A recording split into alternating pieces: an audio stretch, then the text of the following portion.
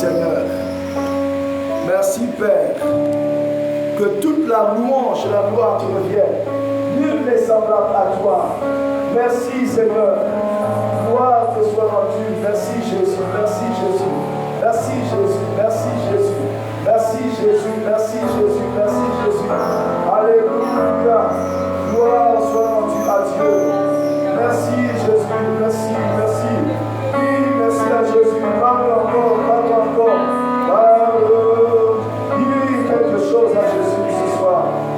Dis quelque chose à Jésus ce soir. Dis quelque chose à Jésus ce soir. Les kayama shakayama baba. La rassoli kantele sekete baba. Père, nous te rendons toute la gloire. Nous te rendons toute la gloire. Nous te rendons toute la gloire. Nous te rendons toute la gloire. Nous te rendons toute la gloire. Béni sois-tu, Dieu vivant d'Israël. Béni sois-tu, Dieu vivant d'Israël. Béni sois-tu, Dieu vivant d'Israël. Alléluia. Oh, gloire à ton nom, gloire à ton nom, gloire à ton nom. Adore-le, adore-le, adore-le, adore-le. Ekayama shakayama. Adore-le, adore-le, adore-le, adore-le ce soir. Je veux que tu l'adores, je veux que tu l'adores, je veux que tu l'adores. Yurayama shakayama baba. Ekayama solima kashekele baba. Ekantele nasokotele baba. Eliabra solima kashekele baba. Parle à Dieu, parle à Dieu, parle à Dieu, parle à Dieu. Je veux que tu parles encore à ces dieux. Je veux que tu parles à ces dieux. Je veux que tu parles à ces dieux. Je veux que tu parles à ces dieux. Les carabas soli baba. Les cartels de la soukotolo baba. Les cartels de la soukotolo baba. Shekele baba. Les cartels de la soli baba. Yabaka shaka baba. Les cartels de la soukotolo baba. Yabaka soli baba. Shekele baba. Oh la cartel de la soukotolo baba. Les la soli baba.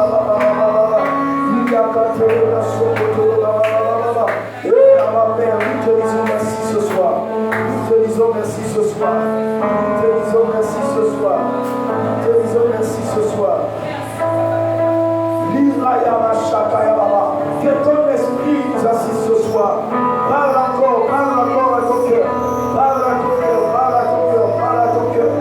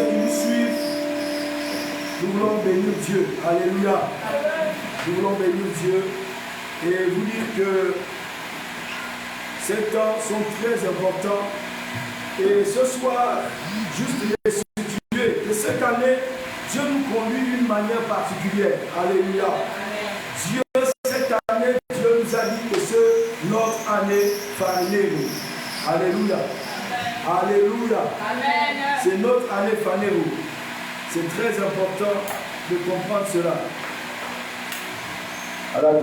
Alléluia. Ok. Arrange-moi bien le problème. Règle-moi bien le micro.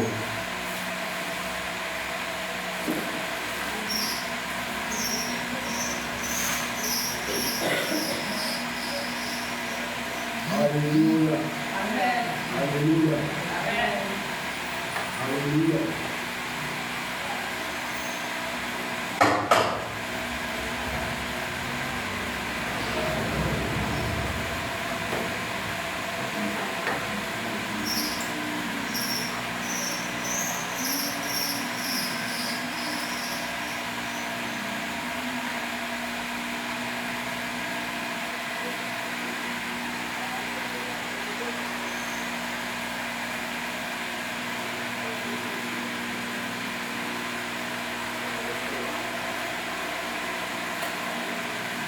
Alléluia. Gloire à Dieu. Ok, c'était les plus qui nous embêtaient. Gloire soit rendue à Dieu. Nous voulons bénir encore Dieu une fois de plus. Qui nous a accordé vraiment la grâce et le privilège d'être là encore pour louer son nom, pour bénir son nom. Et vraiment, c'est une grâce. Et je disais que cette année, Dieu nous a dit que c'était notre année Vanero. Et Vanero signifie simplement amener à la manifestation ce qui n'existait pas encore, mais ce qui est en nous. Et ça rejoint un peu le verset de Romains chapitre 8, le verset 19, qui dit que la création tout entière attend avec un ardent désir les fils de Dieu. Amen, amen. La création t'attend. La création m'attend. Amen. Toute la création de Dieu. Non seulement la terre t'attend, non seulement, je ne sais pas trop, la forêt, les plantes t'attendent, les hommes aussi t'attendent. Alléluia. Lorsqu'on parle de la création, c'est la création tout entière. Il n'y a pas d'exception. Pourquoi? Parce qu'il y a des esprits qui ont, lorsqu'on parle de, comment on appelle ça, de la servissement même de la terre, il y a des endroits où la terre n'est plus libre. La terre est sous le contrôle de certaines entités, de certaines dominations, de certaines, et la terre aussi crie pour la délivrance, de même que les hommes aussi. Alléluia. Donc on a un grand rôle. Lorsque tu te tiens à un endroit, lorsque tu te tiens même dans ta maison, l'espace de ta maison, la terre de ta maison est libérée à cause de ta présence. Alléluia. À cause de ta présence. Nous ne sommes pas limités seulement à libérer les âmes. Non, frères et sœurs, même l'air autour de nous est libéré. Parce que l'air se sent oppressé lorsqu'il y a des entités diaboliques et sataniques, lorsqu'il y a des, comment on appelle ça, des anges déchus. Mieux que ton cœur. Lorsqu'il y a des anges déchus. Amen, amen. Et ça, c'est très important de comprendre cela. Que la terre attend avec un ardent désir la révélation des fils de Dieu. Et c'est nous qui devons apporter cette révélation-là. Gloire soit rendue à Dieu. Alléluia. Et cette année, Vanero est venu pour nous faire vraiment du bien. Et ça nous fait du bien, sauf pour ceux qui n'ont pas compris l'importance ou la vision, n'est-ce pas, de cette année, l'année Vanero. Et janvier, février, mars, nous avons parlé de l'église. Amen. On a vu l'église en profondeur. Jusqu'à venir arriver à 1 Corinthiens chapitre 3, le verset 19, que nous sommes le temple du Saint-Esprit et que l'Esprit de Dieu habite en nous. Et si l'Esprit de Dieu habite en nous, la Bible déclare dans 1 Corinthiens chapitre 3, le verset 17, que là où il y a l'Esprit du Seigneur, il y a la liberté. Ça veut dire que si l'Esprit de Dieu est en toi, si tu es le temple du Saint-Esprit, là où tu es, tu dois être capable d'apporter la liberté. Alléluia. Là autour de toi, dans ton environnement, la terre sur laquelle tu te tiens doit ressentir la liberté. Amen, amen. Ne pas se sentir oppressé. C'est en cela, frères et sœurs. Et après, à partir de mai, juin, juillet, on parle de la sacrificature et les sacrifices. Amen, amen. La sacrificature et les sacrifices. Le prochain trimestre, on parlera de la royauté. Amen. Parce qu'il n'y a pas de royauté sans sacrificateur ou sans sacrificature. La sacrificature est la structure qui sous-tend, qui soutient la royauté, qui soutient le trône de la royauté. Alléluia. Amen, amen. Et c'est un principe divin. Dieu lui-même, son trône, la Bible déclare que Christ était rentré dans le ciel et il a répandu son propre sang sur le propitiatoire que actuellement on appelle le trône de la grâce. Le sang de Jésus soutient le trône, son trône sur lequel il est assis. Et c'est pour comprendre cela.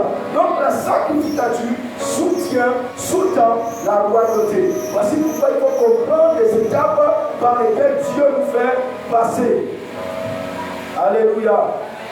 Tous nos frères et sœurs qui nous suivent en direct, s'il vous plaît, maximum de partage. Maximum de partage, maximum de partage. On vous accorde quelques secondes juste pour partager. Et on va faire un enseignement extraordinaire. On parlera ce soir de la sacrificature et sacrifice. Quelle importance! Sacrificature et sacrifice, quelle importance! Alléluia! Donc c'est de ce sujet dont nous traitons ce soir. Sacrificature et sacrifice, quelle importance!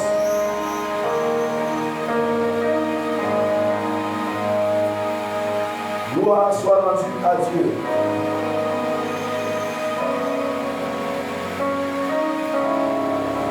Alléluia. Donc, sacrificature et sacrifice, quelle importance! Nous allons revenir sur certains termes parce que cet enseignement, quelquefois, on a enseigné, on n'a pas fait les grecs, donc on n'a pas gardé, si vous voulez, des traces. Pour ceux qui, quelquefois, il y a une raison quelconque s'absente. Amen. Donc, la sacrificature et sacrifice, quelle importance! Bien-aimés, dans le Seigneur Jésus-Christ, aujourd'hui nous allons, n'est-ce pas, aborder un sujet fondamental pour notre marche chrétienne. Nous sommes en pèlerinage. On parle de quoi? De la sacrificature, les sacrifices, quelle est leur importance? Ces choses ont-ils de l'importance? Je voulais que le peuple chrétien, l'Église, se réveille pour comprendre et saisir l'importance, n'est-ce pas, de la sacrificature. Et des sacrifices, bien sûr, j'entends. Alléluia. Dans l'Ancien Testament, cette notion, n'est-ce pas, rythmait la vie spirituelle d'Israël.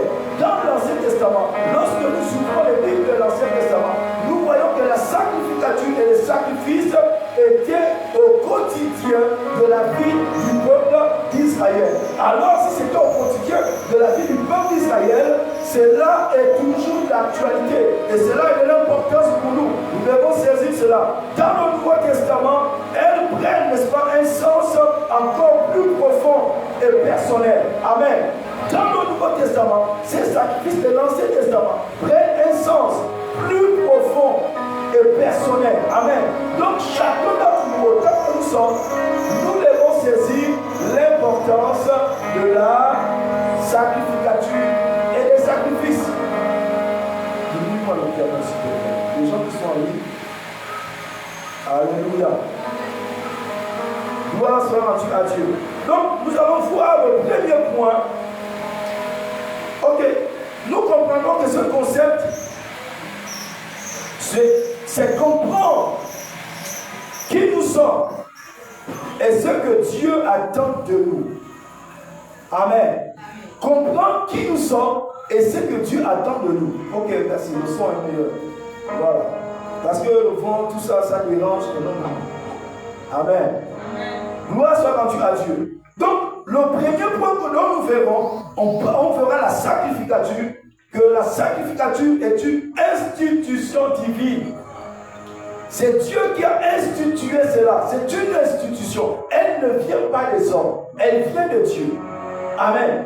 Alors si elle vient de Dieu, nous devons redoubler, n'est-ce pas, d'attention. Nous devons redoubler de vigilance par rapport à ce principe. Parce que Dieu ne fait rien pour rien. Donc, dans ce premier point, la sacrificature, une institution divine, nous allons voir le premier sous-point. Nous allons voir que Dieu a institué la sacrificature dès la sortie de l'Égypte. Dès que le peuple était sorti de l'Égypte, Dieu a mis la sacrificature comme une institution. C'est-à-dire Dieu l'a introduite dans la loi. Alléluia. Par rapport à Moïse. Est-ce à dire qu'avant cela, comment vais-je dire? Est-ce que les gens ne sacrifiaient pas? Si. On l'a vu avec Abel, n'est-ce pas? Dans Genèse chapitre 4. On l'a vu encore avec Noé. Dans Genèse chapitre 8, le verset 20. On l'a vu aussi avec Abraham. On l'a vu avec Isaac. On l'a vu plus tard avec Jacob. Amen, amen. Donc, frères et sœurs, ça existait, mais pour que ça devienne maintenant comme une loi, comme quelque chose de constitutionnel, Dieu le fera au travers, n'est-ce pas, l'Exode chapitre 28, le verset 1. Amen, amen. Exode 28, le verset 1. J'aimerais que l'on lise ensemble. Comprenez ceci. La sacrificature, que quelqu'un ouvre déjà ce texte, la sacrificature n'est pas une invention humaine. C'est Dieu lui-même qui a désigné Aaron et ses descendants pour se tenir entre lui et le peuple. C'est lui-même Dieu qui a institué la sacrificature et qui a désigné par-dessus tout Aaron et ses descendants, donc ses fils, pour se tenir entre Dieu et le peuple. Donc ils étaient une sorte d'intercesseurs, une sorte de pont entre Dieu et le peuple. Alléluia. Et nous devons comprendre ce rôle, cette importance. Gloire soit rendue à Dieu. Est-ce que quelqu'un a trouvé Exode, je disais, chapitre 28. Je vais peut-être lire ici. Exode 28, chapitre, le chapitre 28, le verset 1. Il a dit ceci, je lis la parole de Dieu. Fais approcher de toi Aaron, ton frère et ses fils, et prends-les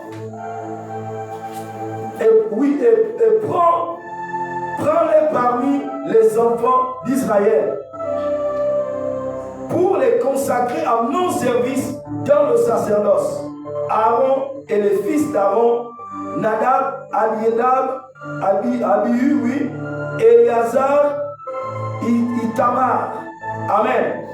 Voici les fils, asseyons-nous, merci que Dieu vous bénisse.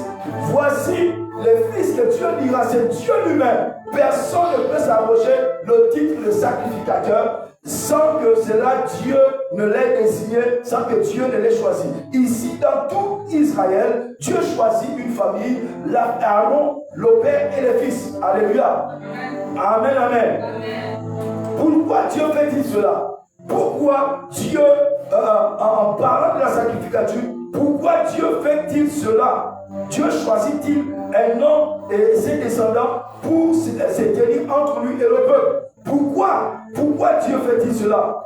Pour assurer le culte. Amen, amen. Pour assurer le culte. Il y a certains concepts, vous verrez, je vais passer rapidement, parce qu'on avait déjà expliqué cela. Pour assurer le culte, c'est le premier pourquoi. Le deuxième pourquoi, c'est pour offrir des sacrifices. Alléluia. Un sacrificateur est celui qui offre des sacrifices à une divinité, à un Dieu. Amen, amen. Alléluia. Parce qu'il y a les sacrificateurs du Dieu vivant et il y a aussi les sacrificateurs du monde des ténèbres. Il y a les sacrificateurs de la lumière. Il y a les sacrificateurs aussi de ténèbres qu'on appelle du bas astral. Est-ce que vous comprenez? Et dans notre langage, on parle du haut astral et du bas astral. Frères et sœurs, il y a des sacrificateurs des ténèbres et des sacrificateurs de la lumière. Mais lorsqu'on sacrifie, on sacrifie à une divinité. On sacrifie à un Dieu. Amen, amen. Ça, que ce soit clair. Donc pourquoi encore? Pour enseigner la loi. Amen, amen. Un sacrificateur, c'est un enseignant. Un sacrificateur instruit la loi de Dieu au peuple de Dieu. Pourquoi la sacrificature et les sacrifices? Pour intercéder. Amen. Il y a des intercessions dans l'Ancien Testament surtout. Lorsque quelqu'un voulait intercéder, il baptisait l'autel et offrait un sacrifice. C'était leur manière que Dieu allait montrer comment prier en ce temps-là. Amen, amen. Ayant terminé avec le pourquoi, on va un peu parler de la fonction des sacrificateurs. La fonction des sacrificateurs exigeait la sainteté. C'est un critère inaliénable. Amen. C'est un critère inaliénable, frères et sœurs. Un sacrificateur, la sainteté s'impose. Pourquoi? Parce que dans le psaume, il est écrit: la sainteté convient à ta maison. La sainteté convient à la maison de l'Éternel. Alléluia. La sanctification est importante. La sainteté est de rigueur pour le sacrificateur.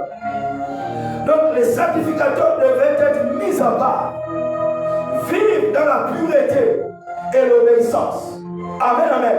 Pourquoi? Parce que les sacrificateurs ont la capacité de créer sur la terre l'atmosphère divine. Est-ce que vous comprenez ça? Il fallait qu'on parvienne, chacun pour soi. Dans le Nouveau Testament, on le verra tout à l'heure, que nous sommes devenus des sacrificateurs, selon l'ordre de l'ordre de Melchisédek. Est-ce que vous comprenez? Nous sommes devenus des sacrificateurs selon l'ordre de Melchisédek. Et en tant que sacrificateur, notre rôle, ce que Dieu attend de nous, c'est que dans nos maisons, dans nos familles, partout où nous sommes, on soit capable de recréer l'atmosphère céleste, de recréer l'atmosphère que les anges respirent. Est-ce que vous comprenez cela? Et au ciel, c'est la sainteté, au ciel, c'est la joie, au ciel, c'est l'amour. Est-ce que vous comprenez ça? En permanence, c'est l'adoration en permanence, c'est la louange. Est-ce que vous comprenez cela? Voici pourquoi Paul, ayant saisi ce principe, a toujours dit, n'est-ce pas, aux Éphésiens, il leur a dit, réjouissez-vous toujours dans le Seigneur. Je le répète, réjouissez-vous. Est-ce qu'il n'y a pas de problème à l'extérieur? S'il y a des problèmes dans notre entourage, dans notre environnement, mais comment régler ces problèmes? C'est en créant l'atmosphère. Et seul le sacrificateur a la capacité, par l'autel et par les sacrifices qu'il offre, à créer l'atmosphère autour de sa vie. Amen, amen. Parce que l'autel est un pont, l'autel est un dispositif que Dieu a donné à l'homme, et les sacrifices qu'on dépose dessus, ça a la capacité d'ouvrir les dimensions invisibles, d'ouvrir le ciel, d'ouvrir, alléluia. Voici pourquoi le sacrifice de Jésus a ouvert le ciel. Amen. Et voici pourquoi nous nous appuyons sur le sacrifice de Jésus. Je y reviendrai tout à l'heure. Donc le sacrificateur a ce rôle-là. Parce que l'autel a la capacité de faire descendre les esprits. Pour que les anges montent et descendent, il faut qu'il y ait un autel. Rappelez-vous, lorsque Jacob fouillait son grand frère Ésaü, dans Genèse chapitre 28, n'est-ce pas, il s'est arrêté à un endroit qu'on appelait Luz. Arrivé à cet endroit, il s'est endormi, fatigué, épuisé. Il s'est endormi à cet endroit. Et arrivé, il s'est passé quelque chose. Il a eu un songe. Là qu'il a vu une échelle qui était appuyée, qui partait de la terre, qui touchait, dont le sommet touchait le ciel. Et les anges de Dieu montaient et descendaient. Et Dieu était lui-même au sommet. Amen, amen. Dieu était lui-même au sommet. Que s'était-il passé à cet endroit pour qu'il y ait un tel spectacle? Pour qu'il y ait un tel spectacle, alléluia, pour qu'il y ait un tel spectacle. Donc, frères et sœurs, comprenez que avant, c'est après lorsqu'on pousse comment on appelle ça, on fait une étude, on se rend compte que à cet endroit, Abraham dans Genèse chapitre 12, le verset 5 à 8, avait bâti un autel à l'Éternel, avait invoqué le nom de l'Éternel. Donc cet autel avait ouvert une porte vers le ciel, avait ouvert un portail vers le ciel. Donc les anges depuis ce temps-là montaient et descendaient. Donc Jacob, lorsqu'il arrive à cet endroit, il s'endort, ne sachant pas, Abraham c'était son grand-père, il ne savait pas, et il s'est endormi à cet endroit. Il y avait une connexion. Amen. Il y a des endroits où les gens ont bâti des hôtels. Lorsque vous arrivez là, l'esprit qu'on a consacré cet hôtel se présentera à vous. Est-ce que vous comprenez? Alléluia. On a, dans nos us et coutumes, on a toujours entendu parler que cette maison-là est hantée. Mais elle est hantée par quoi? Parce qu'il y a des gens qui ont bâti des hôtels dans cette maison-là. Et ils ont consacré cette maison à une divinité. Et lorsque toi tu viens, tu dors, l'esprit là va se présenter à toi. Parce qu'il est le propriétaire. Et c'est la même chose qui s'est passé, n'est-ce pas, avec Jacob. Dieu, parce que Abraham avait consacré cet endroit à l'Éternel. Amen. Et l'Éternel était maintenant le maître, le Seigneur de cet endroit. Voici pourquoi il se présente à Jacob. Il dit, je suis le Dieu de ton père. Alléluia. Le Dieu de ton père, Abraham, Isaac. Amen, amen. Il dit l'endroit sur lequel tu es couché, je le donnerai à toi et à ta descendance. C'est-à-dire que lorsque tu consacres quelque chose à l'Éternel, il devient propriétaire. C'est pourquoi ceux d'entre nous, certains de nos ancêtres sont partis, ils ont bâti des hôtels, n'est-ce pas, certaines divinités de base astrale, des esprits, des anges déchus et infernales et démons, aujourd'hui, qui sont en train d'en servir parce que c'est une consécration, ils deviennent des seigneurs dans la lignée familiale. Et ils ont le droit de faire ce que bon leur sang. Est-ce que vous comprenez cela? Eux, ils ne sont plus, ceux qui ont bâti les hôtels, ils ne sont plus là, ils sont morts. Mais dans le monde spirituel, l'hôtel existe. Les esprits qui ont été investis continuent de lignée en lignée. Plus qu'on hérite de nos ancêtres, n'est-ce pas, le nom était un relique qui appartenait à quelqu'un. Avant que toi tu ne viennes, on te donne le nom là avait déjà appartenu à quelqu'un. Et si quelqu'un avait déjà consacré, ou s'était consacré à une divinité, la même chose descend sur toi. Est-ce que vous comprenez cela? Donc nous devons comprendre bien cette histoire, cette affaire-là. Alléluia. Gloire soit rendue à Dieu. Donc le sacrificateur doit être mis en part, c'est une obligation. Je voudrais que vous preniez avec moi Lévitique chapitre 21, le verset 6. Lévitique 21, verset 6. Je ne serai pas très... il y a plusieurs textes, mais je vous donnerai toujours un texte ou deux textes à la limite. Donc Lévitique chapitre 21, le verset 26. Il est écrit ceci: ils seront saints pour leur Dieu. Ils seront saints pour leur Dieu. Ils seront saints pour leur Dieu. Et ils ne profaneront pas le nom de leur Dieu. Amen. Ils seront saints pour leur Dieu. Et ils ne profaneront point le nom de leur Dieu. Aujourd'hui, plusieurs profanent le nom de Dieu à cause de leur vie, à cause de leur manière de vivre, à cause de leur égoïsme ou l'être charnel qui est encore en eux. Est-ce que vous comprenez? Et on profane le nom de Dieu. Frères et sœurs, notre responsabilité est grande. Notre responsabilité est très grande. Je voudrais maintenant que l'on parle d'un deuxième point. On va parler les sacrifices, n'est-ce pas? L'expression de la relation avec Dieu. Les sacrifices, 2 points. L'expression de la relation avec Dieu. On verra dans l'Ancien Testament et on verra aussi les sacrifices, n'est-ce pas, dans le Nouveau Testament. Alléluia. Et qu'est-ce quoi maintenant à la sacrificature qui est d'actualité? Donc on en parlera. Donc dans l'Ancien Testament, nous devons comprendre ceci, que les sacrifices étaient indispensables. Amen.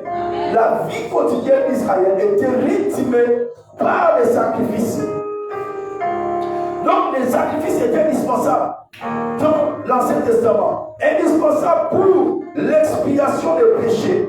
Dans Lévitique chapitre 4, le verset 20, l'expiation des péchés. Ça se passait le grand jour de Yom Kippour. C'était une fête. Une fois par an, au moins, comment on appelle ça?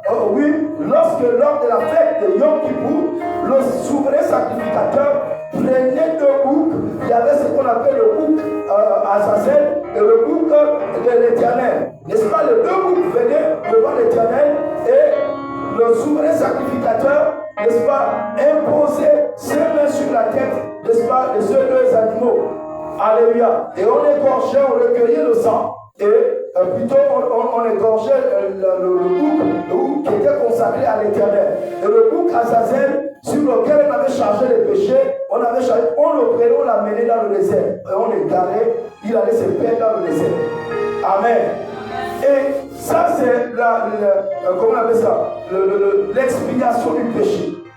Et la Bible nous déclare qu'Aaron devait rentrer dans le lieu très saint. Lui seul devait entrer dans le lieu très saint. Là où se trouvait l'arche de l'Alliance.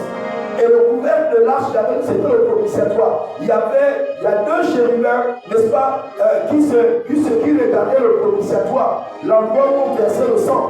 Et c'est là où il y avait la gloire de Dieu, et c'est là où on parle du trône de Dieu. Et c'est là où Dieu avait donné les instructions à Moïse, que c'est là où je vais te rencontrer.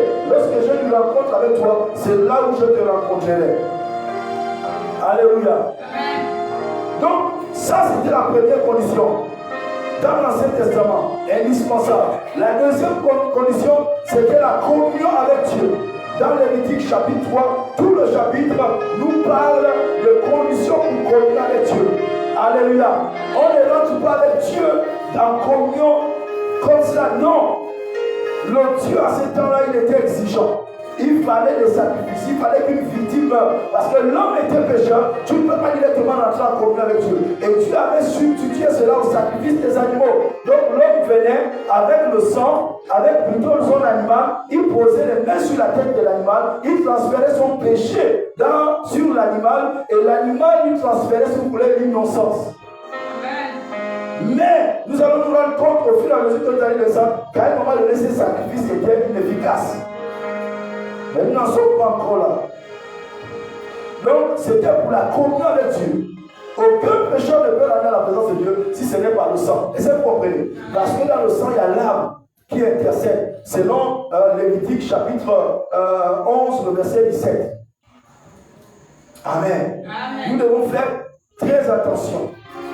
Troisième condition, c'était pour l'adoration et la gratitude ou l'action de grâce. Amen, amen. L'adoration, lorsqu'on devait adorer Dieu, on offrait un sacrifice. Rappelez-vous de Genèse 22, lorsque Dieu dit à Abraham, prends ton fils, ton unique que tu aimes tant, monte sur la montagne pour venir m'adorer. C'était pour aller le sacrifier. Ok? Donc c'était comme ça que Dieu avait inspiré les anciens dans les anciens patriarches à adorer et à lui rendre grâce. Amen, amen.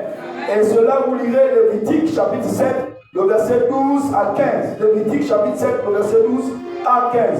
Mais je m'en vais lire avec vous Hébreux chapitre 9, le verset 22. Amen. Il est dit ceci, sans effusion de sang, il n'y a point de pardon. Sans effusion de sang, il n'y a point de pardon. Voici pourquoi dans la sacrificature du monde des ténèbres, ils vont prendre par exemple un animal lorsque quelqu'un est sur le point de mourir ou quelqu'un est malade ou les sorciers ont attrapé une personne qu'ils veulent détruire, qu'ils veulent déstabiliser la vie. Que font-ils? Les sacrificateurs de base astrale qui sont les charlatans et gangas qui utilisent les hôtels, ils vont te demander d'amener soit un mouton, un bouc, quoi que ce soit, même un corps blanc. C'est pour échanger. Amen. Parce que si, pour libérer l'âme qui a été attrapée, ils changent avec le corps et l'âme, on égorge le corps. Ce sang-là, n'est-ce pas, la capacité, ils ont la capacité de faire, n'est-ce pas, une transaction. Dans le monde spirituel, les transactions se font avec du sang. Amen. Est-ce que vous pouvez que soit celui? Amen. Toutes les transactions dans le monde spirituel, ça se passe avec du sang. Sans le sang, il n'y a pas de transaction, il n'y a pas comme un support, il n'y a pas de route, il n'y a pas de foi. Est-ce qu'on en sent? Sans infusion de sang, il n'y a pas de pardon. C'est-à-dire que s'il n'y a pas de sang, si Dieu, notre Dieu, ne voit pas le sang, l'homme ne peut pas être pardonné. Or, si l'homme rentre comme ça, sans le sang dans la présence de Dieu, l'homme meurt automatiquement. Est-ce que vous comprenez cela? Donc, le sang a une importance dans la communion avec Dieu. Alléluia.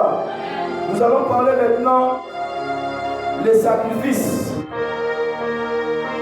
Les sacrifices. Oh, autant pour moi, oui, les sacrifices. Les sacrificateurs enseignaient. Ou les sacrifices enseignaient. En ce temps-là, lorsqu'on offrait les sacrifices, c'était pour nous montrer quoi? C'était pour nous dire quoi? C'est-à-dire que les sacrifices nous enseignaient la gravité du péché. Que le péché était grave à ce point-là que si l'homme rentrait directement comme ça dans la présence de Dieu, il mourait. Même le souverain sacrificateur Aaron, lorsqu'il rentrait dans la présence de Dieu, on attachait une corde.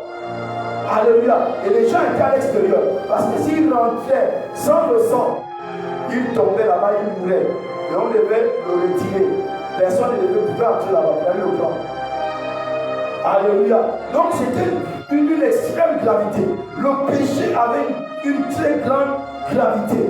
Et nous devons comprendre cela. Alléluia. C'était grave en ce temps-là.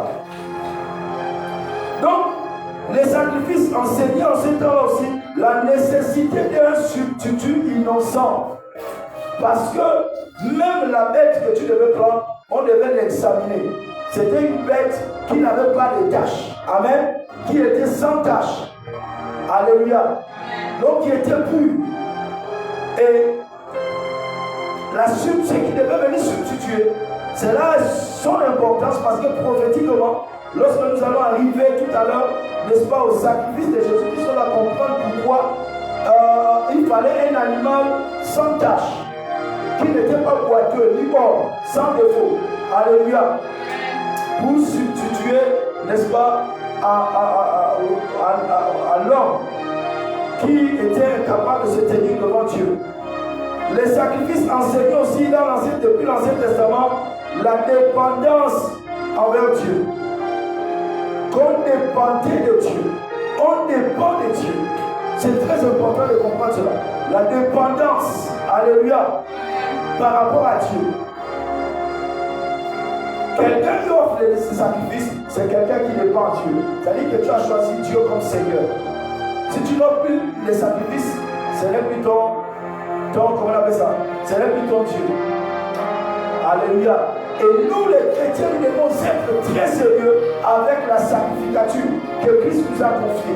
Les charlatans et sorciers, même si, comment on appelle ça, l'autel a détruit ou a tué l'un de ses enfants. Est-ce que vous comprenez ça? Il va toujours venir, il va nettoyer son autel et il va lui offrir des sacrifices. Est-ce que vous comprenez ce que je suis en train de dire? Donc, frères et sœurs, nous devons comprendre l'importance de ce que je suis en train de dire. On va voir un autre point.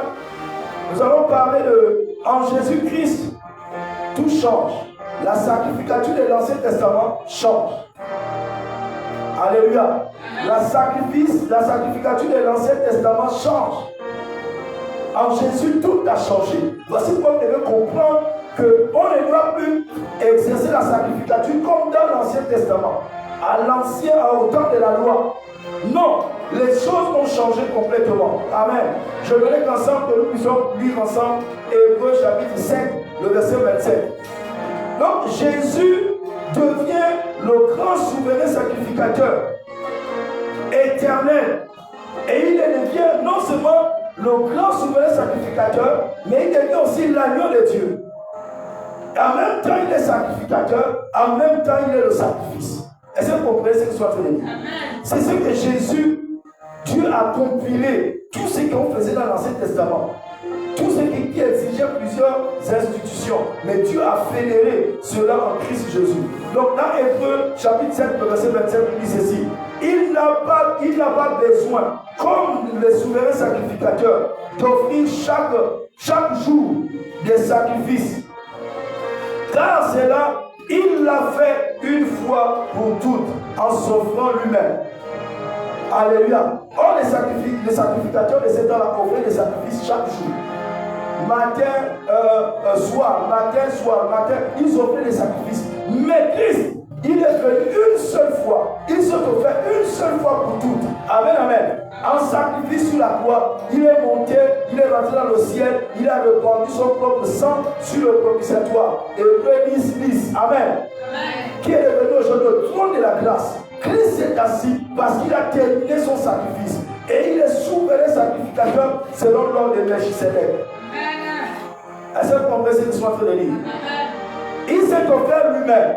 Or, les sacrificateurs de l'Ancien Testament, ils offraient des substitutions des animaux. Ils offraient d'autres animaux. Or, maintenant, Christ, lorsqu'il vient, il change la donne. Il s'offre lui-même en sacrifice. Amen, amen.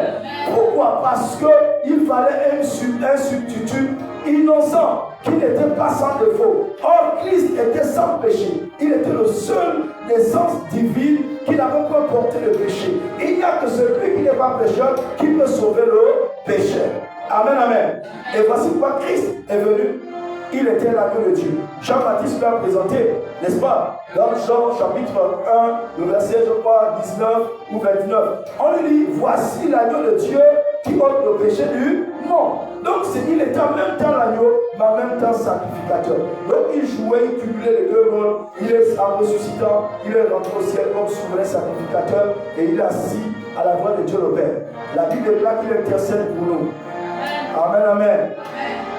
Dans 1 Jean 29, dont j'ai cité tout à l'heure, il est dit ceci, voici l'agneau de Dieu qui ôte le péché du monde. Donc avant, le péché n'était pas ôté. Le péché était simplement couvert par le sacrifice des animaux, mais il n'était pas ôté. Est-ce que vous comprenez ce que je suis en train de dire? Or, aujourd'hui maintenant, à cause du sang de Jésus, le péché est ôté. Amen, amen. Donc ne souffrez plus de la condamnation du péché. La Bible déclare que le péché ne régnera pas toujours. Le temps est arrivé où Dieu, la Bible déclare, sans tenir compte de temps d'ignorance, il appelle, il interpelle tout homme à se repentir. Alléluia. Le sang de Jésus est encore disponible. Il est assez puissant pour te laver, te purifier de tout péché. Et ça, c'est très important. Alléluia. Un peuple saint doit se lever à cause du sang de Jésus. Un peuple consacré doit se lever à cause du sang de Jésus.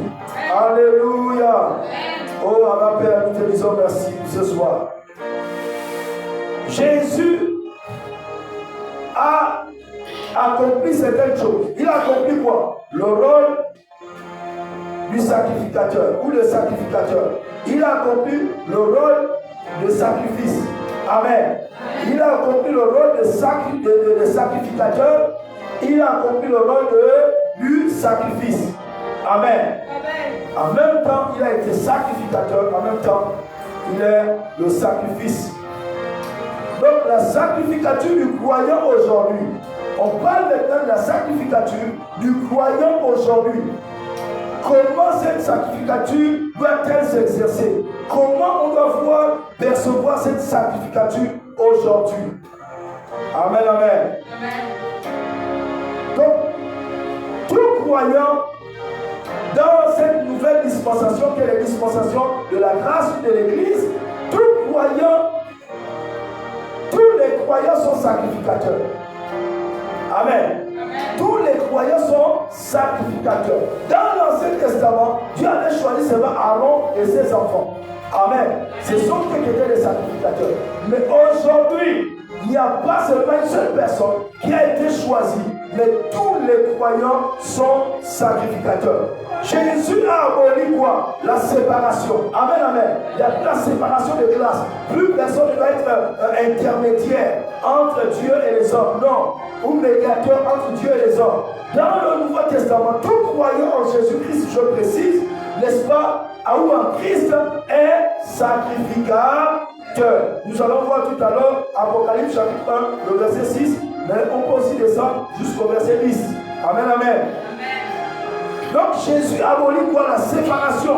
Nous sommes devenus sacrificateurs et offrandes vivantes. Amen. Tu es devenu sacrificateur et une offrande vivante. Voici pourquoi l'apôtre Paul, dans Romains chapitre 12, le verset 1 dit ceci: je vous exhorte donc, frères, à offrir vos corps comme un sacrifice vivant, ce qui sera pour vous un culte, de votre part un culte raisonnable. Amen, amen.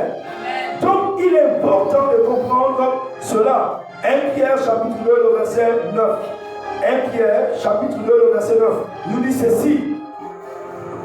Pierre dit ceci: vous au contraire, vous êtes une race élue, un sacerdoce royal, une nation sainte. Alléluia. Vous au contraire, vous êtes un sacerdoce royal, c'est-à-dire un temple de la royauté, un temple qui appartient au roi.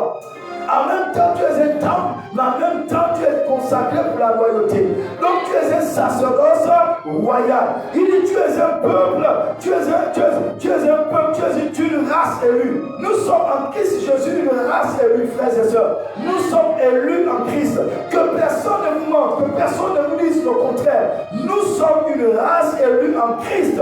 En Christ, nous sommes une race élue. Tu es élu au travers du sacrifice, de la résurrection, comment on appelle ça, l'ascension et du couronnement du Seigneur Jésus-Christ. Nous sommes une race élue. Nous sommes morts avec lui, ressuscités avec lui. Alléluia. Tu es une race élue. Je vois au sortir d'ici des hommes avec une mentalité renouvelée, des hommes qui se tiennent et des femmes qui se tiennent comme étant une race élue dans leur maison, dans leur lieu de travail, partout ils se tiendront une race élue. Soyez ce que Dieu a dit. Nous sommes ce que la Bible dit. Nous ne sommes pas ce que nous-mêmes ou les hommes disent que nous sommes. Alléluia. Oh my God. Nous sommes une nation sainte, un sacerdoce royal, un temple qui appartient au roi. Amen, amen. Yes, c'est ce que nous sommes. Apocalypse chapitre 1, le verset 6 dit ceci: il a fait de nous un royaume des sacrificateurs pour Dieu, son Père. Amen. Vous vous imaginez? Il a fait de nous un royaume. Nous en parlerons lorsqu'on arrivera à la royauté. Là, c'est parce que nous sommes encore dans la sacrificature. On va en parler de long en large de la royauté à partir de juillet. Alléluia. À partir de juillet, c'est ton mois de la royauté. Il faut changer la mentalité.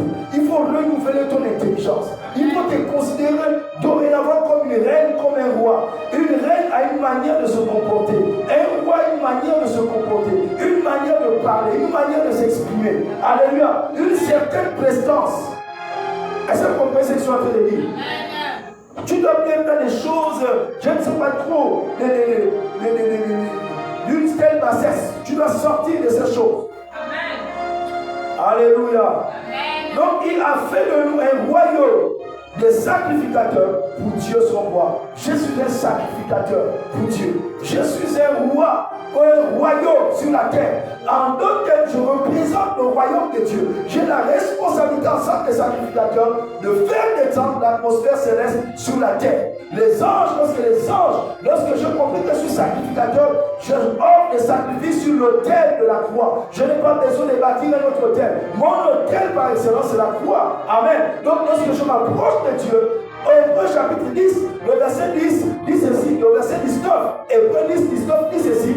Ainsi donc, frères, nous avons un libre accès dans le sanctuaire intérieur au moyen du sang de Jésus. Frère, je dois comprendre l'importance du sang. Sans le sang, tu ne saurais être agréable à Dieu. Sans le sang, tu ne pourrais pas t'approcher de Dieu, t'éteindre dans la présence de Dieu. Donc, en tant que sacrificateur, on doit savoir manipuler le sang. On doit savoir l'importance, on doit connaître l'importance du sang de Jésus. Alléluia. Pour en tirer le bénéfice, le maximum de bénéfices. Pourquoi les chrétiens sont-ils asservis? Pourquoi les chrétiens crient-ils les sorciers leur asservissent? Parce que les sorciers font usage de leur autel. Or, ton autel est plus puissant que l'autel de la puissance de la sorcellerie. Et c'est pourquoi c'est sorcellerie. Parce que eux, leur autel, ils ne se sont pas offerts eux-mêmes. Ils ont offert soit des membres de la famille, ils ont offert soit le mouton ou autre chose.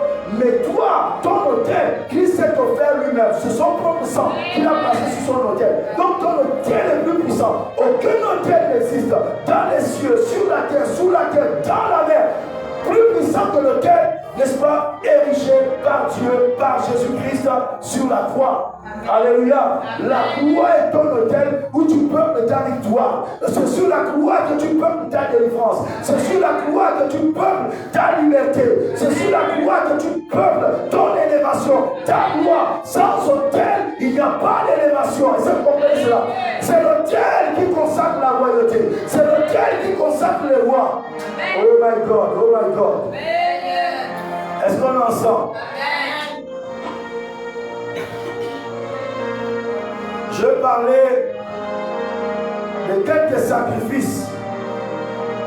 Plutôt quel sacrifice devons-nous offrir aujourd'hui? Amen.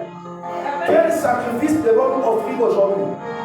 Pour ceux qui nous prennent en cours, référez-vous à d'autres enseignements où on avait déjà parlé de certaines choses en détail. Là, on est en train de comme résumer. Alléluia.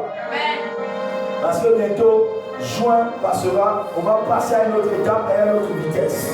Notre royauté doit se manifester. Notre royauté doit être visible. Alléluia. Amen, amen.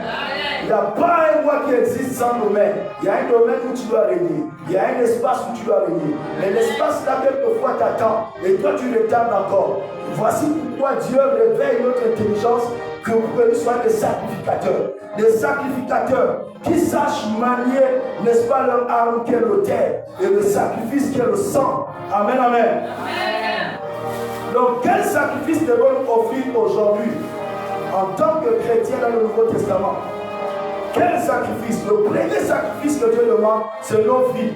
Romains chapitre 12, je l'ai cité tantôt, le verset 1. C'est nos vies. Amen, amen.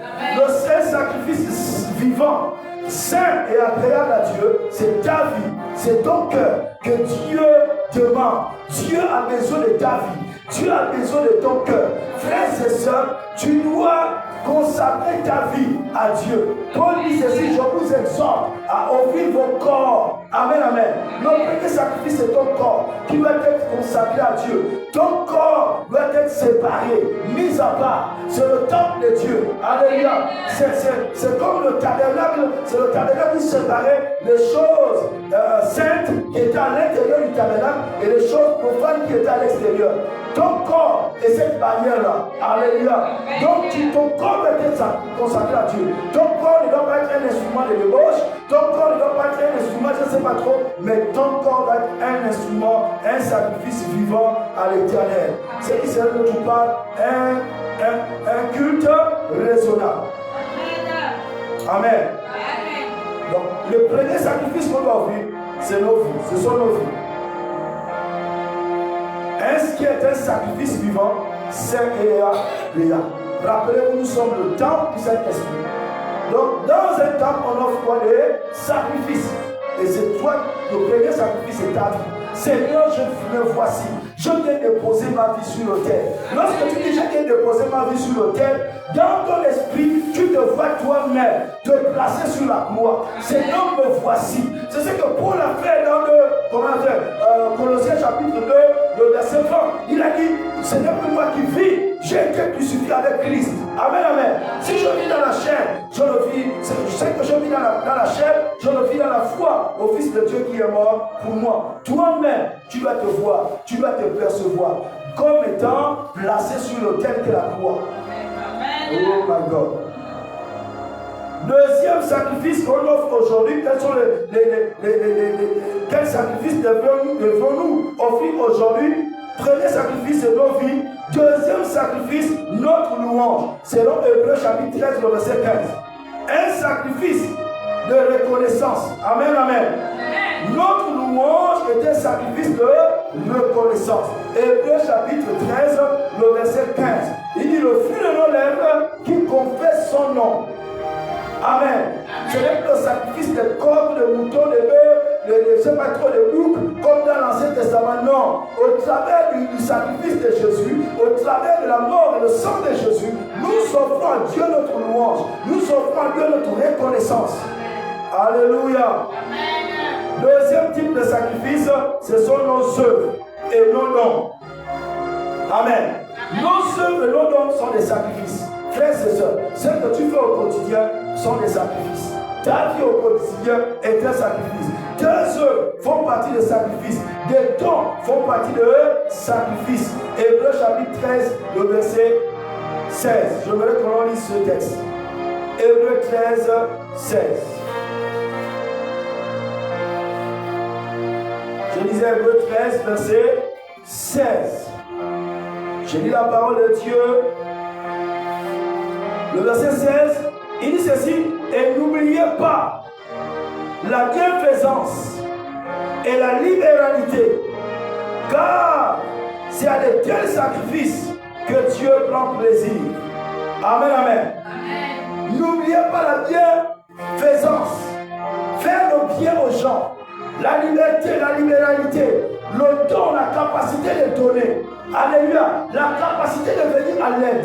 La capacité de ne pas fermer son oreille à la personne qui crie. La capacité, frères et sœurs, n'oubliez pas ces choses. Ce sont des sacrifices auxquels Dieu prend plaisir. Ce n'est plus comme dans l'Ancien Testament. Mais, si nous sommes maintenant dans le Nouveau Testament, dans la dispensation, n'est-ce pas, du sacrifice, de la dispensation de l'Église ou de la grâce. Donc, ce sont des sacrifices spirituels. En faisant cela, la Bible déclare que lorsque tu fais le monde, ta main du gauche ne doit pas savoir ce que ta main droite dit. Ça veut dire quoi? Lorsque tu donnes, tu aides le frère, tu ne dois plus aller claironner cela. Tu ne dois plus aller dire cela ailleurs. Amen. Ça reste entre toi et le frère et Dieu. Alléluia. Parce que lorsque tu commences déjà à en parler, c'est que toi-même tu cherches déjà une reconnaissance. Donc Dieu annule la reconnaissance qui devait t'accorder. Alléluia. Je déclare que je proclame qu'à compter d'aujourd'hui, en me tenant sur cette estrade, je me lève en tant que prophète. Je prophétise sur vos vies que la libéralité, la bienfaisance, la capacité d'assister les autres soit votre partage. Dans le nom puissant de Jésus. Non seulement pour l'œuvre de Dieu, mais bien plus encore avec vos frères et vos sœurs. Que Dieu vous bénisse et que cette parole s'attache à vos vies. Dans le nom puissant de Jésus. Et le troisième type de sacrifice, c'est notre obéissance. Amen. Notre obéissance. Dans 1 Samuel chapitre 15, le verset 22, Samuel avait dit à le roi Saül, qui ne voulait pas obéir à Dieu, il lui a dit l'obéissance vaut mieux que les sacrifices. Amen. L'obéissance à ce que Dieu dit, l'obéissance à la parole de Dieu, l'obéissance au Saint-Esprit, obéissance au leader de Dieu lorsqu'il vous donne des directives. Amen. C'est aussi un type de sacrifice. Alléluia. C'est un type de sacrifice dans le Nouveau Testament. Amen, amen. Et cela est préférable aux yeux de Dieu par rapport aux holocaustes. Quelquefois, nos vies de prière sont bloquées, mais c'est parce que nous n'avons pas assisté, nous n'avons pas exercé la libéralité. Elle dit là que certaines personnes qui ont logé, certains serviteurs de Dieu ont logé les anges chez eux. On l'a vu avec le père Abraham, n'est-ce pas? Dans Genèse chapitre 18. Lorsqu'il était assis sur le chêne de Mamré, il avait vu 3 personnes sur un saut soleil qui étaient en train de voyager. Il leur a interpellé. Et ne sachant pas que c'était des anges. Et parmi ces anges, il y avait l'Éternel. Amen, amen. Donc, vous ne savez pas qui vous logez, qui vous fait le bien, qui vous assistez. Est-ce que vous comprenez cela? Dieu voit ce sacrifice. Ces sacrifices parlent dans le monde spirituel. Ces sacrifices parlent dans le règne de l'esprit. Je lève ma main en tant que prophète. Je décrète et je proclame que chaque sacrifice que tu as exercé par la bienfaisance, par la libéralité, n'est-ce pas, en assistant, que ce soit l'homme de Dieu ou un homme de Dieu, une sœur, je décrète et je proclame que cela ne tombe pas dans les oubliettes, mais plutôt que cela parle dans les règnes spirituels, dans les dimensions spirituelles, pour libérer la capacité, pour libérer un mouvement angélique qui viendra te faire du bien, qui viendra transformer certaines choses dans le nom puissant de Jésus. Je vous dis quelque chose. Vous savez, quelquefois, dans le monde spirituel, pour peut-être, ça ne va pas te bénéficier à toi, mais à l'un de tes parents. En venant, en faisant, par exemple, en assistant quelqu'un, ou en assistant un homme de Dieu, ou en assistant comment on appelle ça? Un paralytique, ou quelqu'un qui a un problème. Et ça comprend cela. Qu'est-ce qui va se passer? Il va se passer que ça dans le ciel, ça peut être converti. Ou tu peux donner une offrande. Mais toi tu penses que c'est toi tu donnes seulement. Mais le ciel voit que tu as donné ça peut-être pour ton enfant qui est malade. Ou peut-être pour la délivrance d'une autre personne. Et ça comprend ça. De ta famille. Voici pourquoi il ne faut pas vous amuser avec cela. Nous sommes dans la sacrificature. Si nous sommes sacrificateurs de la nouvelle alliance, on doit connaître quels sont nos sacrifices qu'on offre à Dieu. Amen, amen. Alléluia. Amen. Ce premier point, quels sont les types de sacrifices que nous devons offrir aujourd'hui? On a dit c'est nos vies. On a parlé de notre louange. On a parlé de nos œuvres, de nos dons.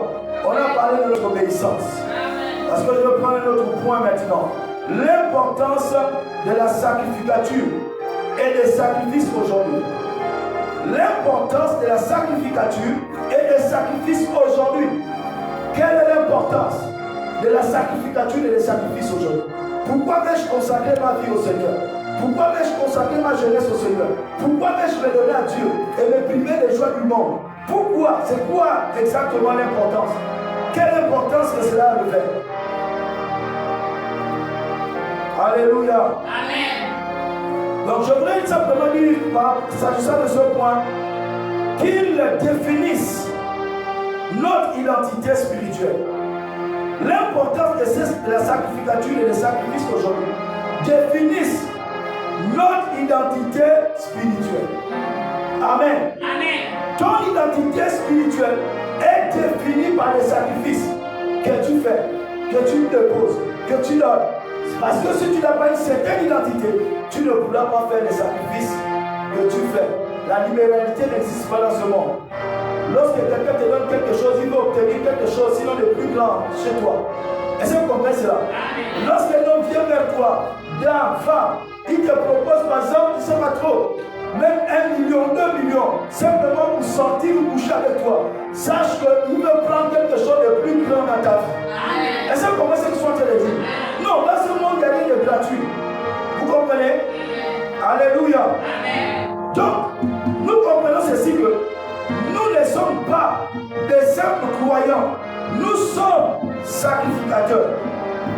Tu n'es plus un simple croyant. Il faut sortir que tu es un simple fidèle. Je suis un simple croyant. Qui te l'a appris? Tu as appris cela où? Nous ne sommes plus des simples croyants. Nous sommes quoi? Des sacrificateurs. Et tout sacrificateur est choisi par Dieu. Tu es le choix de Dieu. Tu es l'élu de Dieu en Christ Jésus. Dieu t'a élu en Christ Jésus. Tu es élu en Christ. Tu fais partie du corps de Christ, du corps mystique de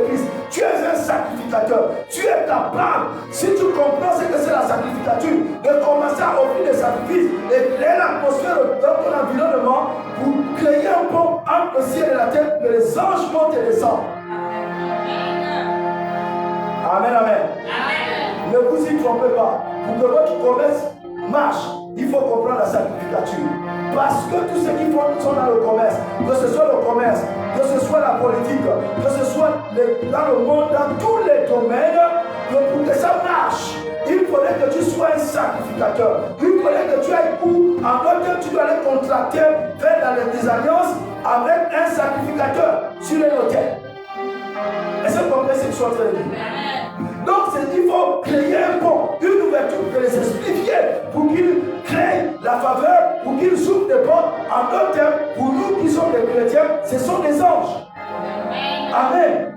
Les anges doivent être à notre service. Mais pour que les anges viennent à ton service, tu dois être sacrificateur. Parce qu'il y a un sacrificateur qui peut reproduire l'atmosphère qui est dans le ciel sur la terre. Pour que les anges, lorsqu'ils vont descendre, ils ne vont pas s'étouffer. Parce que si toi tu vis dans le péché, si tu vis dans la débauche, les anges ne respirent pas le péché. Les anges ne respirent pas la débauche. Les anges respirent la sainteté. L'atmosphère, il faut qu'il y ait la sainteté. Voici pourquoi aujourd'hui il y a peu d'anges. Les gens, peu d'anges sont en mouvement. Il y a tellement de désordres, il y a tellement de discordes, il y a tellement de choses autour de nos vies que rares sont les fois qu'on a vu les anges. Or, dans toute la Bible, il y a eu plus de mouvements angéliques dans le Nouveau Testament que dans l'Ancien Testament. Donc, le mouvement angélique est notre partage. Ne suis pas Christ de mort. Le ciel est ouvert une fois pour toutes. Mais toi qui es sacrificateur, tu ne veux pas te sanctifier. Tu ne veux pas offrir à Dieu des sacrifices. Tu ne veux pas prendre ton statut de sacrificateur au sérieux. Amen. Oh frère, soeur, que le temps vienne où tu prendras ton statut de sacrificateur au sérieux. Parce que tu ne pourras pas influencer la terre. Tu ne pourras pas dominer sur la terre si tu n'es pas sacrificateur. Sinon, ce sont les sorciers qui vont régner, les occultistes qui vont régner, parce qu'ils ont pris ce qui est à toi. Alléluia. Et ils dominent avec ce qui est à toi. Toi-même, tu ne te réveilles pas. Il est temps que tu te réveilles. Il est temps que tu te révolutionnes. Il est temps que toi-même, tu crées ta révolte. Alléluia. Yes. Vous ne pouvez pas citer un homme politique qui a dit que l'esclave qui n'assume pas sa révolte ne mérite pas qu'on s'apitoie sur lui. Amen. Yes, il faut que tu assumes ta révolte. Tu dois être révolté à l'intérieur de toi. Et prends ta place de sacrificateur. Refuse le statut de simple chrétien. Tu es un sacrificateur. Amen. Deuxième, donc ça définit, les sacrifices définissent ton identité de sacrificateur. Parce que tu es sacrificateur, alors tu vas offrir des sacrifices. Tu vas consacrer ta vie. Tu vas consacrer tes biens, tes dons. Alléluia. Et tu vas consacrer la louange et toutes ces choses. Est-ce que vous comprenez cela? C'est cela un sacrificateur. Sinon, tu n'es pas un sacrificateur. Un sacrificateur se sacrifie et sacrifie. Alléluia. Amen. Oh my God. Donc, deuxième chose, nous sommes appelés à porter la présence de Dieu. J'aime ça. Vous savez, ça c'est quelque chose qui est attaché à nous. Nous sommes appelés à transporter la présence de Dieu. Aller de lieu en lieu avec la présence de Dieu. Ça c'est le sacrificateur. Pourquoi? Parce qu'il est en relation avec le trône de Dieu. Pourquoi? Parce que Jésus a répandu son sang, non seulement sur la terre, sur la croix, mais il est ressuscité, il est monté et il est entré au ciel, pas avec un tabernacle, pas dans un tabernacle fait de main d'homme, mais il est rentré dans le ciel même et il a fait son propre sang. Amen, amen. Voici pourquoi il y a un pont entre le ciel et la terre. Et c'est la croix où le ciel est ouvert, les anges peuvent monter et descendre. Et lorsqu'un ange descend, frère, tu vas vivre des victoires, tu vas vivre des percées dans les domaines où tout était bloqué, là où rien n'était impossible. Les portes vont s'ouvrir parce que c'est cet ange qui va maintenant ouvrir les portes. Bien sûr, comme la Bible dit dans Hébreux, chapitre 1, ils sont sous les ordres du Saint-Esprit et ils sont envoyés au service de ceux qui ont hérité le salut. C'est toi et moi qui avons hérité le salut. Donc les anges, frère, les anges ne doivent pas être extraordinaires. La visitation angélique ne doit pas être extraordinaire. C'est pendant quel mois, cette année, où un jour je vis dans une vision, j'ai vu un tapis d'anges. Il y avait plusieurs anges. Et celui qui était en tête avait une épée qui brillait. Amen. Frères et sœurs, les anges sont une réalité. Ça ne doit pas être une denrée là. Si c'est une denrée devenue une denrée là, c'est parce que l'Église n'a pas joué son rôle de sacrificateur.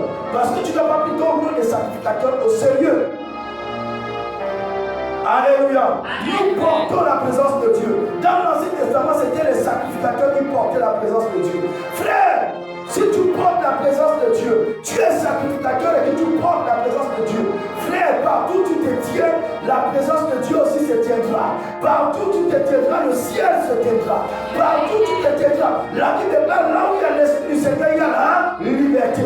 Donc sans même devoir ouvrir la bouche, partout où tu te tiens, la liberté s'installe. Voici pourquoi, frères et sœurs, lorsque l'ange de l'Éternel, n'est-ce pas, dans le buisson Adam, avait l'Éternel était descendu sur le buisson Adam, il a appelé Moïse. Moïse s'est approché, il dit ne t'approche pas d'ici. Ôte tes sandales, car le lieu sur lequel tu te tiens est une terre sainte. Amen. La même chose a été dite à Josué, dans Josué chapitre 5. L'ange de l'Éternel, il dit, j'arrive, je suis le chef de l'armée de l'Éternel. Josué est tombé sur sa face et il a dit à Josué a dit qu'est-ce que mon Seigneur veut que je fasse? Il a dit, ôte tes sandales de tes pieds. Amen.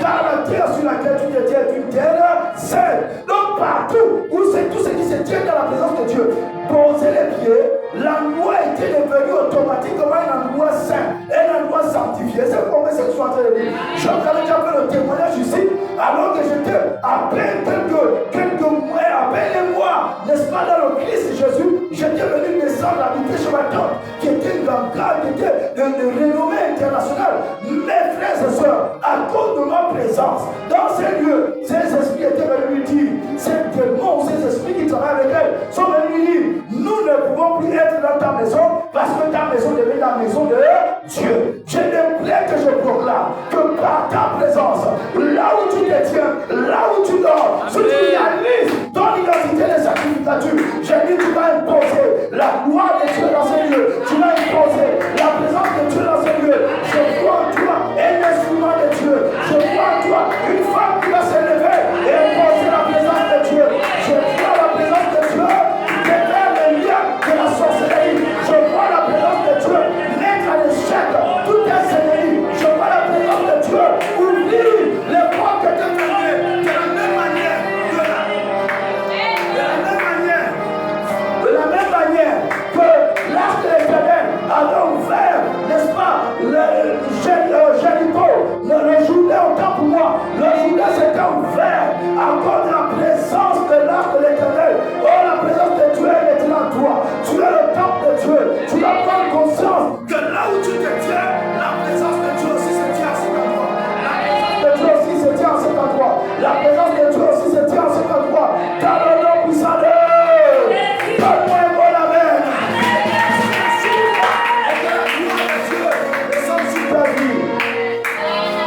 Alléluia. Oh my God. Alléluia. On est en train de terminer dans quelques minutes. On va terminer. Je voulais que tu me changes. Alléluia. Dans quelques minutes, on va terminer. Donc je voulais maintenant que... On a vu le premier point. Et on va voir un autre point. Les sacrifices structurent notre vie chrétienne. Alléluia. Amen. Permettez-moi.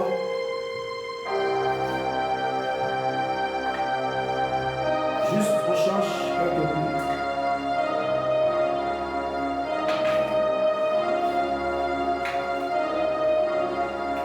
Gloire soit mon Dieu à Dieu.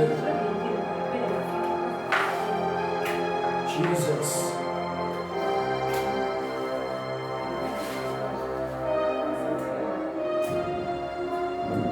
Alléluia. Amen. Gloire soit rendue à Dieu. Donc, les sacrifices ne définissent pas seulement notre identité spirituelle, c'est-à-dire que nous qualifions en tant que sacrificateurs, mais ils structurent notre vie chrétienne. Ces sacrifices ordonnent, structurent notre vie chrétienne. Je verrai qu'on me prépare les gens, Philippiens chapitre 2, verset 17. Notre vie n'est plus centrée sur nous-mêmes, mais sauf à Dieu. Alléluia. Notre vie n'est plus centrée sur nous-mêmes, mais on offre cette vie à Dieu. Est-ce que vous comprenez? Cette vie appartient maintenant à Dieu. Frère, si ta vie appartient à Dieu, qui va venir toucher cette vie-là? Alors que je suis en train de parler cela, je suis en train de passer à Colossiens chapitre 3. À partir du verset 4, la Bible déclare que ta vraie vie, Christ, ta vraie vie est cachée en Christ et Christ en Dieu. Amen. Est-ce que vous comprenez ce que je suis en train de dire? Donc il faut offrir ta vie. Si tu n'as jamais offert ta vie à Dieu, ça ne te concerne pas. Tu dois offrir ta vie comme un vivant sacrifice à l'Éternel.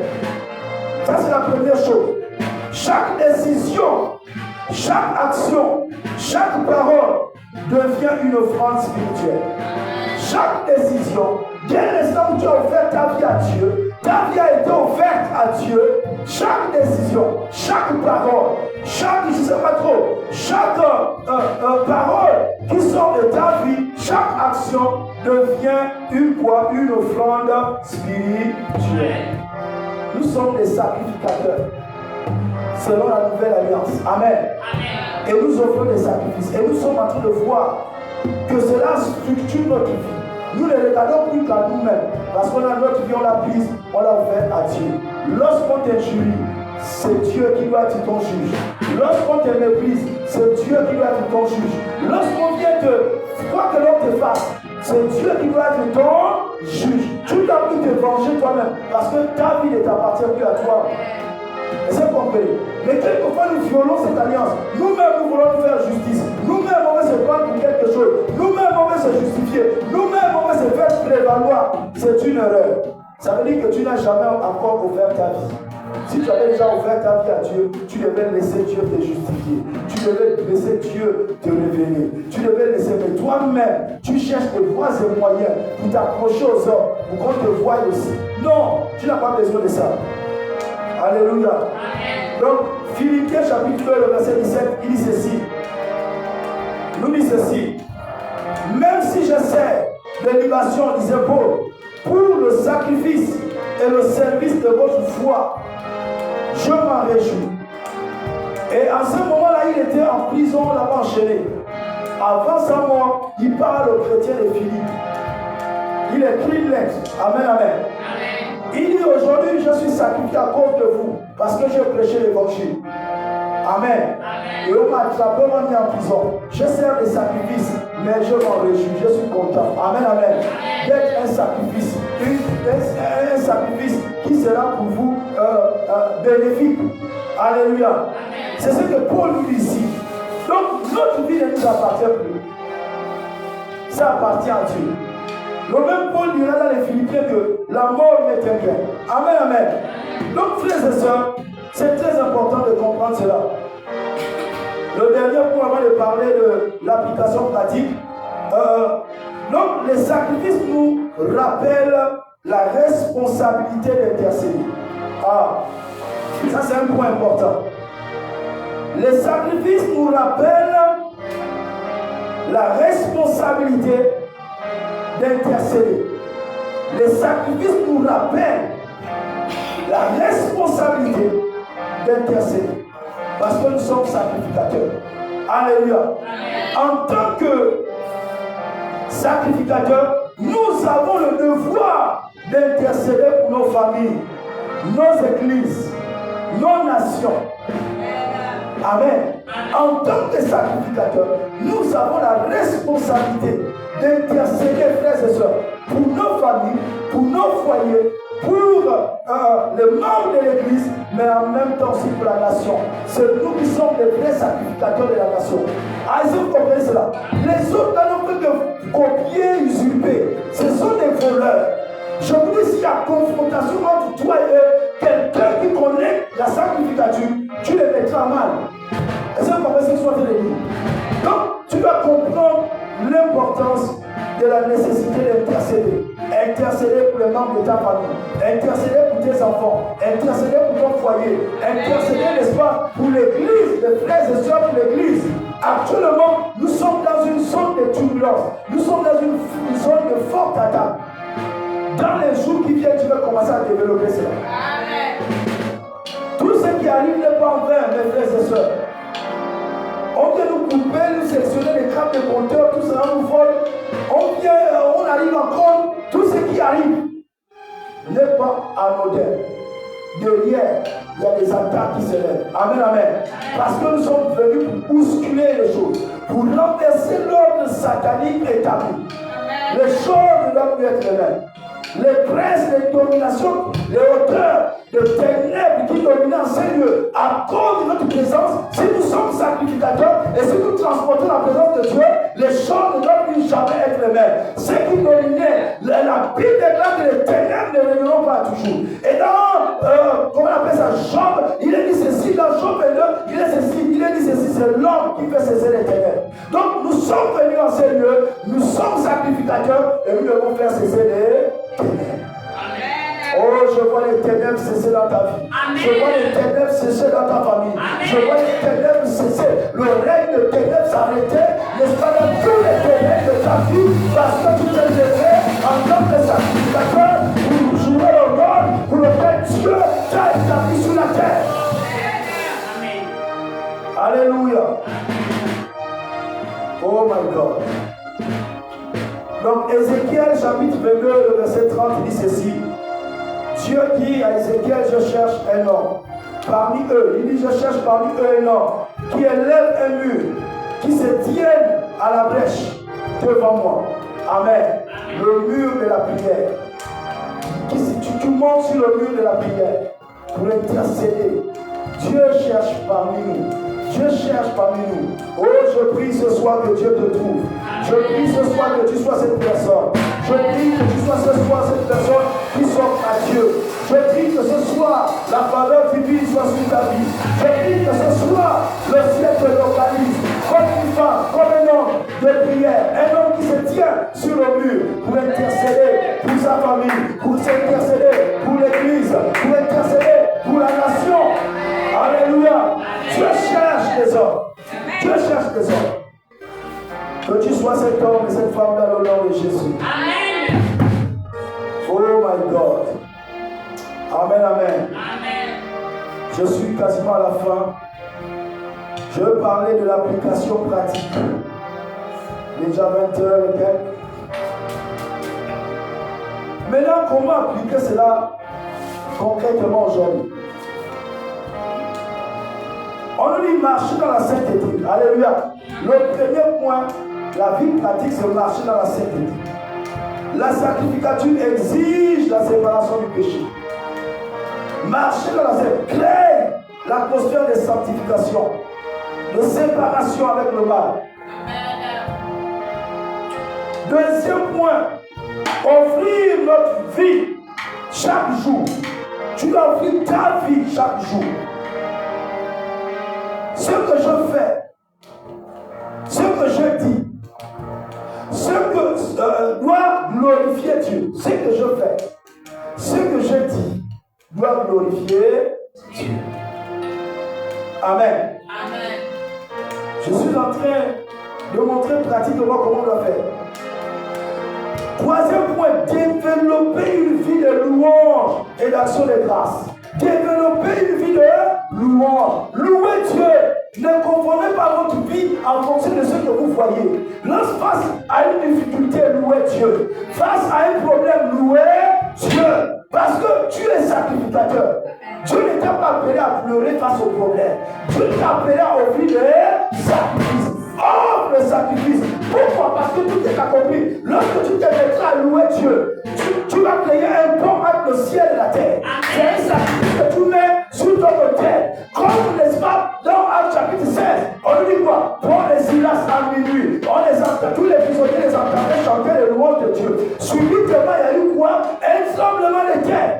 Les portes de prison se sont ébranlées, les chaînes ont été brisées. Et les anges étaient descendus pour venir libérer, n'est-ce pas, les chaînes de pieds et de mains de Paul et Silas, ainsi que tous les prisonniers qui entendaient la louange ciel. Lorsque tu prendras, tu te lèveras en tant que sacrificateur. Je vois les chaînes qui longtemps t'ont retenu être brisées. Je vois longtemps les portes des prisons qui emprisonnaient ta destinée s'ébranler, les forteresses s'ouvrent, les destinées te libérer à cause de ta présence, parce que tu as pris l'importance de la sacrificature. Dieu n'était pas appelé en tant que sacrificateur pour pleurer sur les problèmes. En tant que sacrificateur, on offre des sacrifices. En tant que sacrificateur, on offre la louange. En tant que sacrificateur, on offre, n'est-ce pas, sa vie. Alléluia. Loue Dieu. Même si tu pleures, tes pleurs ne pourront pas changer, n'est-ce pas, la situation. Alors pourquoi pleures-tu?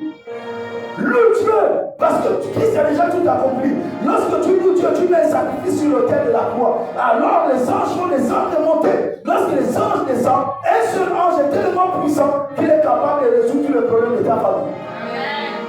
Alléluia.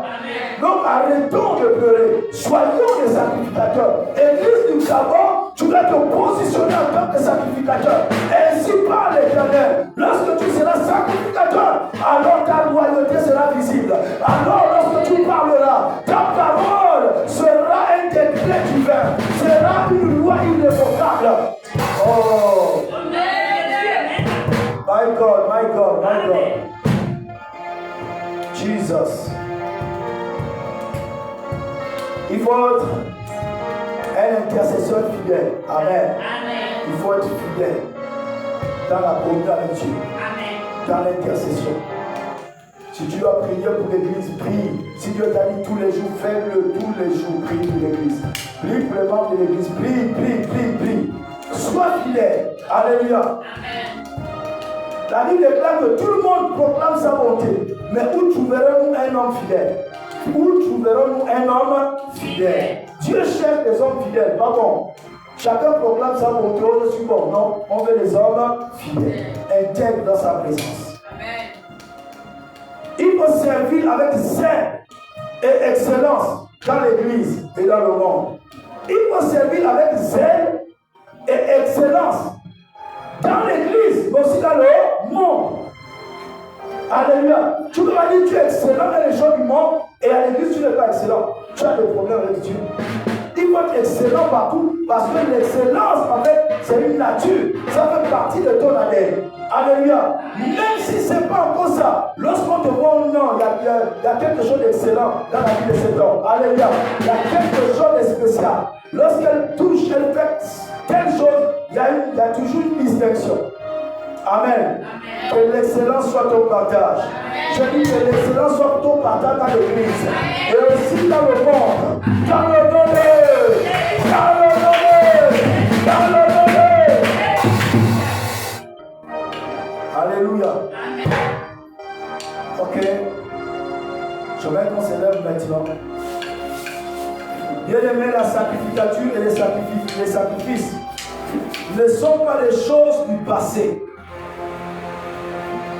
La sacrificature et les sacrifices ne sont pas les choses du passé. C'est notre identité présente et notre appel éternel. C'est notre identité présente et notre appel éternel. Je voudrais que cela soit gravé à l'intérieur de toi. C'est notre identité présente et notre appel éternel. Nous avons été rachetés pour offrir nos vies comme un sacrifice agréable, porter la présence de Dieu et intercéder pour les hommes. Selon Romains chapitre 12, le verset 1, je vous exhorte donc à offrir vos corps comme un sacrifice vivant, saint, agréable à Dieu, ce qui sera de votre part un culte raisonnable. Un culte raisonnable. Ce qui sera de votre part un culte raisonnable. Je verrai maintenant qu'on lève les mains. Lève maintenant les mains. Parle à Dieu. Dis à Dieu, Seigneur, me voici. Oh, accorde-moi la grâce d'être sacrificateur. Accorde-moi la grâce. Réveille mon intelligence et que je me positionne en tant que sacrificateur. En tant que sacrificateur qui offre des sacrifices spirituels à Dieu. Qui